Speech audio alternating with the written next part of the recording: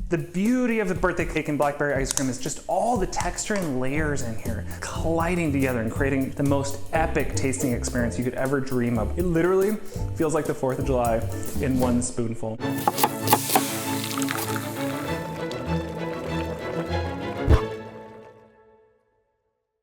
Hi, I'm Tyler Malek, the head ice cream maker here at Salt and Straw, and I've got a very special treat. Today we're going to be making birthday cakes and Blackberries ice cream. This is one of my favorite recipes. It's like this Technicolor disco in your mouth. It's perfect for summer.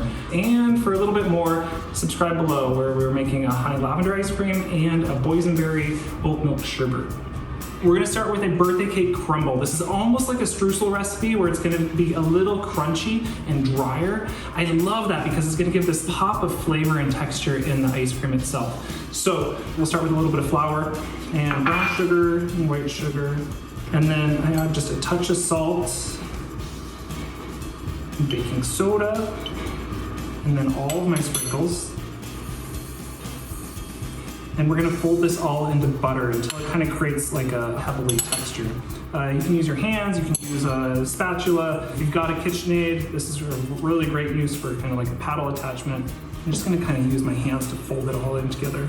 So in this case, we're gonna be adding vanilla, salt, and sprinkles to kind of get that birthday cake crumble. There's so many different variations when you're making a crumble like this. One of my favorite ones is actually to fold in a toasted anise instead of the sprinkles, and that anise kind of brings this really depth of flavor when paired with like a rhubarb. Obviously, the most classic would be to use like oatmeal and maybe some walnuts, things like that.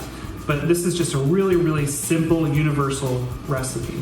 I'm gonna add in just a little bit of vanilla extract. Maybe a lot. Fold it back in, and then we'll layer this on the baking sheet. This is gonna go in the oven for about 12 minutes. I'll rotate it so it just bakes really nicely and evenly. And really, this is gonna give us just such a nice kind of pop of texture in our ice cream.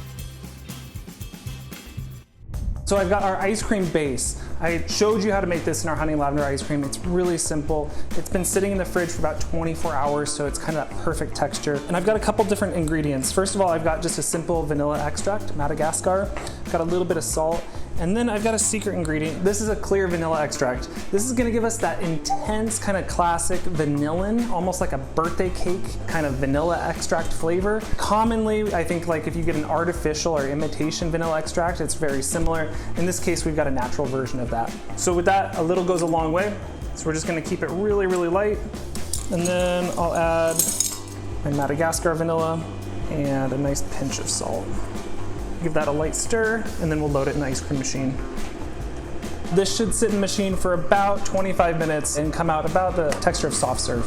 I especially love this flavor because honestly, we're bringing in so many different textures and flavor elements to the birthday cake ice cream. The crumble itself is gonna be nice and crisp. It's actually gonna kind of create this barrier and have this hit of crunch. And then we have this beautiful blackberry jam that gets ribboned in. The jam is never gonna freeze because there's just enough sugar in it so it stays kind of nice and soft and kind of hits you with the berry flavors first, and then that crumble is gonna kind of like crunch in your mouth and just linger with the birthday cakes. So this is the perfect texture for our ice cream. It's almost like a milkshake texture, still pretty loose. I stop my ice cream pretty early compared to most ice cream makers because I want it to actually hold that density, almost like a gelato texture. If I keep going, it's gonna just fold in more air. For making this ice cream, we're actually gonna do it in layers because I've got a lot of different ingredients and I want those layers to pop with texture. So I'm gonna do a little bit of ice cream, jam, crumble, ice cream, jam, crumble, until I finish up the pint.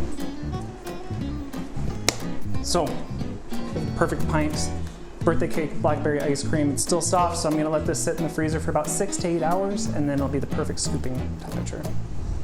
So our birthday cake and blackberry ice cream has been sitting in the freezer overnight, which is perfect. It's hardened kind of from that soft serve texture to the perfect scoop.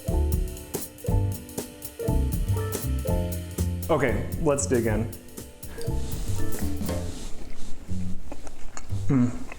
This is such a cool flavor. There's so much going on, and it's so simple. Literally, it feels like a birthday cake from a box, but there's something so elegant and artisan about it. This homemade birthday cake crumble, it stays firm even when frozen, so you get this little bit of crunch, and the jam just kind of streaks through and just gives you this really, really intense berry flavor.